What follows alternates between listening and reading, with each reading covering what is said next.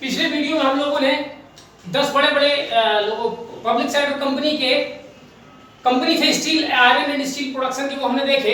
इसके अलावा ये 4 बड़े प्राइवेट कंपनीज हैं जो आयरन एंड स्टील इंडस्ट्री में स्टील प्रोडक्शन वगैरह का काम करते हैं।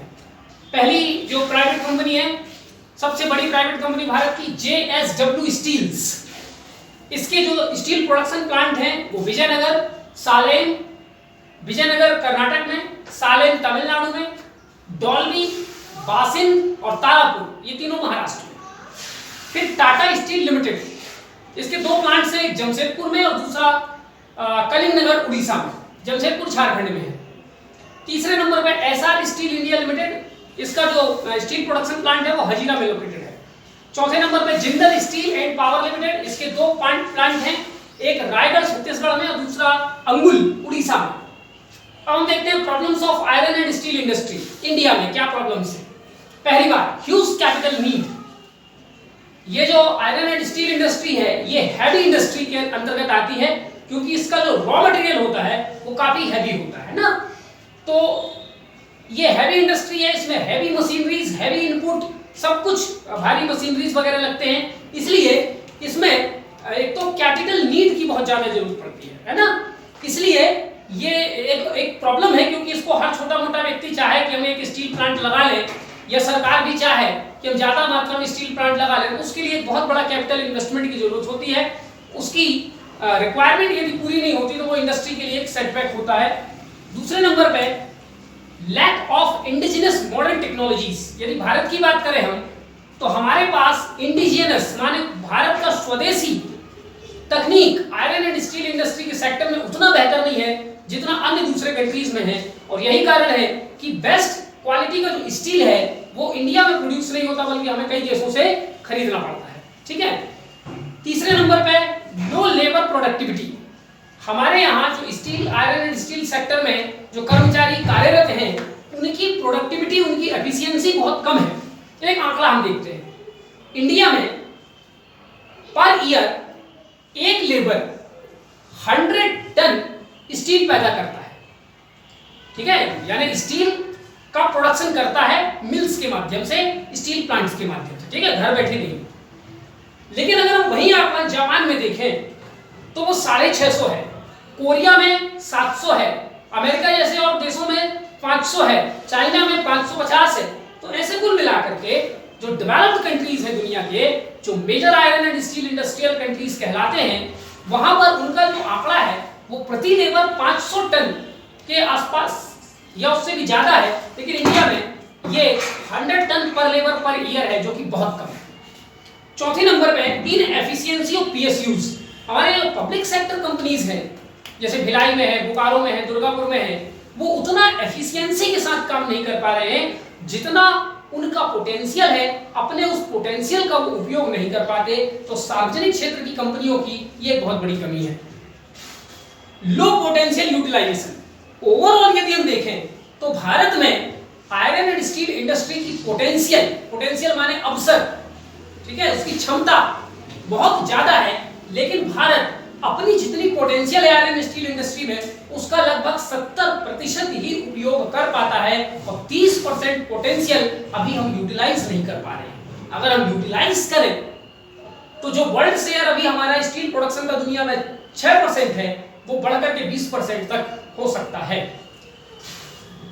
सातवीं, हैवी डिमांड। अब एक तरफ हमारे पास बेस्ट क्वालिटी का स्टील नहीं है, दूसरा प्रोडक्शन कम है, प्रोडक्टिविटी कम है, लेकिन डिमांड दिन ब दिन हमारे यहाँ स्टील की बढ़ती जा रही है, क्योंकि कंस्ट्रक्शन के काम तेजी से बढ़ते जा रहे हैं। और भी बहुत सारे जगहों पर स्टील का काम ब्रिज बनाने में, पुल बनाने में, रोड बनाने में, ठीक है, एयरपोर्ट बनाने में, मशीनरीज बनाने में और सिविल कंस्ट्रक्शन में बहुत जगह पर स्टील का डिमांड बहुत तेजी से बढ़ रहा है। और उस रेस के साथ जो हमारा पेस है स्टील प्रोडक्शन का, वह मैच नहीं कर पा रहा है। ठीक है, तो there is demand supply gap. ये जो हैवी डिमांड है, यहाँ इसका मतलब यह है कि डिमांड ज्यादा है, सप्लाई कम है। सातवीं बात, शॉर्टेज ऑफ मेटलर्जिकल कोल। जो बेस्ट क्वालिटी का कोल चाहिए, कोकिंग कोल, हम लोगों ने कोयले में पढ़ा था कि कोल 2 प्रकार के होते हैं। तो बेस्ट क्वालिटी कोल जो मेटलर्जिकल इंडस्ट्री के लिए चाहिए, धातुओं को गलाने के लिए, उसका भारत में अभाव है। आठवीं बात, 90% steel plants are coal based. 90% steel plant Bharat में कच्चे लोहे को गलाने के लिए हम कोयले का उपयोग करते हैं, और कोयला हमारे पास बेस्ट क्वालिटी का नहीं है, तो इसमें एनवायरमेंटल इश्यूज पैदा होते हैं, ग्रीन हाउस गैस का एमिशन होता है, जो पूरी दुनिया में चिंता का विषय बना हुआ है। और यूएनएफसीसी जैसी संस्थाओं का दबाव है भारत के ऊपर और भी कि हम अपने यहाँ से ग्रीन हाउस गैस के एमिशन को कम करें। ठीक है, तो हमें यहाँ पर जो स्टील प्लांट्स हैं उनको कोल बेस्ड के अलावा हाइड्रो इलेक्ट्रिक प्लांट के आधार पर या किसी और सोर्स ऑफ एनर्जी के माध्यम से लोहा को गला करके स्टील में बदलने की हमें जो अल्टरनेटिव सोर्स ऑफ एनर्जी है वो ढूंढना पड़ेगा। इंफीरियर क्वालिटी ऑफ प्रोडक्ट्स, हम जो प्रोडक्ट बनाते हैं आयरन से, जो भी steel, stainless steel, Chrome steel, vanadium steel, जिस भी प्रकार की स्टील हम बनाते हैं उसकी क्वालिटी इंटरनेशनल लेवल से, ग्लोबल स्टैंडर्ड से कम होता है, उतना बेस्ट लेवल का स्टील हम प्रोड्यूस नहीं कर पाते। हालांकि प्राचीन काल में पूरी दुनिया में उज्जैन दुनिया का सर्वश्रेष्ठ स्टील बनाने की कला जानता था। ठीक है, महरौली में लगा हुआ लौह स्तंभ आज भी रस्टलेस है, लेकिन वो टेक्नोलॉजी कहाँ गई है? ना तो हमारे साइंटिस्ट उसको ढूंढ पाए हैं। ठीक है, तो उसको ढूंढने की जरूरत है, तो we need to revive our art and culture. ठीक है, चलिए 10वें नंबर पे inadequate supply of power and coal. Industry sector को, steel, iron and steel sector, industry sector को जितनी मात्रा में पावर या कोल चाहिए उतनी मात्रा में उसकी सप्लाई नहीं हो पा रही है। ठीक है, बैंक एनपीएस, अब यदि आयरन एंड स्टील इंडस्ट्री हमें लगाना है, प्राइवेट सेक्टर है, उनको कैपिटल चाहिए, कैपिटल के लिए वो बैंक के पास जाते हैं और बैंक के ऑलरेडी एनपीएस इतने हैं कि वो आयरन एंड स्टील इंडस्ट्री को स्ट्रेस्ड लोन की कैटेगरी में डाल चुके हैं। अर्थात इस इंडस्ट्री के लोग आए तो इनको बहुत सोच समझ करके लोन देना है। ठीक है, तो लोन की अवेलेबिलिटी कंपनीज को नहीं हो पाती, जो कंपनीज इस सेक्टर में लगे हुए हैं, तो उससे भी जो ग्रोथ है स्टील सेक्टर का वो बाधित होता है। 12वें नंबर पे competition with China, Japan, Korea. Asia में चाइना, जापान, कोरिया ये बड़े स्टील प्रोड्यूसर माने जाते हैं। इनकी कंपनीज बहुत ज्यादा क्षमता वाली कंपनीज हैं और इनके पास बेस्ट टेक्नोलॉजी है। ये पूरी दुनिया में इतने सस्ते कीमत पर जो है स्टील वगैरह को एक्सपोर्ट करते हैं कि इंडिया उनके साथ compete नहीं कर पाता। उसके लिए एक ही शर्त में हम compete कर पाएंगे जब हम अपने यहाँ मॉडर्न टेक्नोलॉजी का उपयोग करें, ज्यादा मात्रा में स्टील प्रोडक्शन करें और उसकी क्वालिटी और उसकी कॉस्ट दोनों इनके इक्वल हो, इवन इनसे कम हो, तो हम इनको बीट कर सकते हैं। तो ये हमारे सबसे बड़े कॉम्पिटिटर हैं। इवन इंडिया खुद बेस्ट क्वालिटी का जो स्टील है वो इन्हीं कंपनीज से खरीदता है और इन्हीं देशों को भारत अपना कच्चा लोहा बेच देता है, क्योंकि हमारे पास वो टेक्नोलॉजी नहीं है कि हम कच्चे लोहे को बेस्ट स्टील में कैसे बदलें। तो हम कच्चा लोहा मिट्टी के कीमत पर, मिट्टी मोल माने बहुत कम कीमत पर इन्हीं देशों को बेच देते हैं। फिर ये उसको रिप्रोसेस करके स्टील बना के बहुत ज्यादा कीमत में हमें फिर जो है वो बेच देते हैं। ठीक है, तो यहाँ डिमांड सप्लाई गैप यहाँ पर है। ठीक है, चलिए आगे देखते हैं 13वें नंबर पे लो एफडीआई इनफ्लो। भारत सरकार ने iron and steel industry sector में 100% एफडीआई दे रखा है। इसके बावजूद कोई बड़ी इंटरनेशनल कंपनीज भारत में नहीं आ पाती।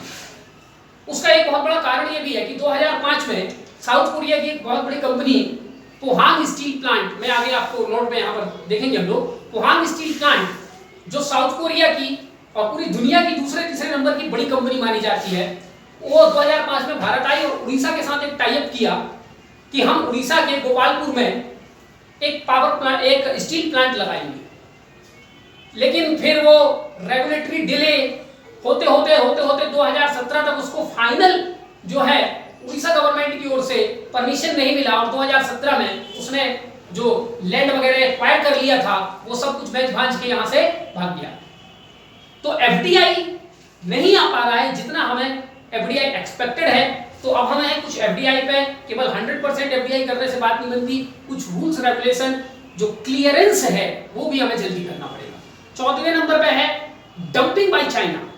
चाइना पूरी दुनिया में बहुत कम कीमत पर स्टील पूरी दुनिया में भेज रहा है। इवन भारत में भी हम इंपोर्ट करते हैं वहां से। तो ये डंपिंग का मतलब होता है कम कीमत में किसी भी वस्तु को किसी दूसरे देश में एक्सपोर्ट करना, इतने कम कीमत में कि मान लीजिए हम चीन से स्टील खरीदते हैं और भारत में मान लीजिए स्टील 20 रुपए किलो है, भारत का स्टील और चीन का स्टील 15 रुपए किलो मिल रहा है। इतनी कम कीमत में चीन ने भारत में एक्सपोर्ट किया है, तो इस प्रोसेस को कहते हैं डंपिंग। ठीक है, तो काफी कम कीमत में चीन जो है वो डंप कर देता है पूरी दुनिया में स्टील। ये एक बहुत बड़ी समस्या है। 15वें नंबर पे स्ट्रक्चरल इश्यूज। स्ट्रक्चरल माने संरचनात्मक कुछ विवाद है, संरचनात्मक मुद्दे हैं। संरचनात्मक माने कोई जो है उस प्रकार की हमारे पास बॉडीज नहीं है जो स्टील के सेक्टर में उसके डेवलपमेंट के लिए, उसके प्रमोशन के लिए एकदम डेडिकेटेड तरीके से काम कर पाए। पॉलिसीज उतनी उम्दा नहीं है। ठीक है, तो ये तमाम चीजों को, पॉलिसीज को, बॉडीज को हमें अप टू डेट करना पड़ेगा और एक कमिटेड बॉडीज बनानी पड़ेंगी जो इस सेक्टर में रिसर्च एंड डेवलपमेंट करे, उसको प्रमोट करे, उसको डेवलप करे। 16वें नंबर पे time consuming land and environmental clearance. अभी वो पोहांग का स्पेलिंग जो मैंने आपको उदाहरण देके बताया था कि हमारे यहाँ अगर कोई विदेशी कंपनी है या देसी कंपनी है और वो स्टील प्लांट लगाने के लिए कोई लैंड एक्वायर करती है, तो उस लैंड के क्लियरेंस में सालों लग जाते हैं। उसके बाद एनवायरमेंटल मुद्दे आ जाते हैं, फिर लेबर इश्यूज आ जाते हैं, फिर विमेन राइट आ जाते हैं, फिर ह्यूमन राइट आ जाते हैं। ऐसे बहुत सारे मुद्दे हैं और इन सारे मुद्दों से क्लियरेंस लेने में काफी लंबा समय लगता है, जिससे कंपनीज डीमोटिवेट होते हैं, डीमोरलाइज होते हैं और वो इस सेक्टर को छोड़ देते हैं। ठीक है, रिजल्टेंटली ये होता है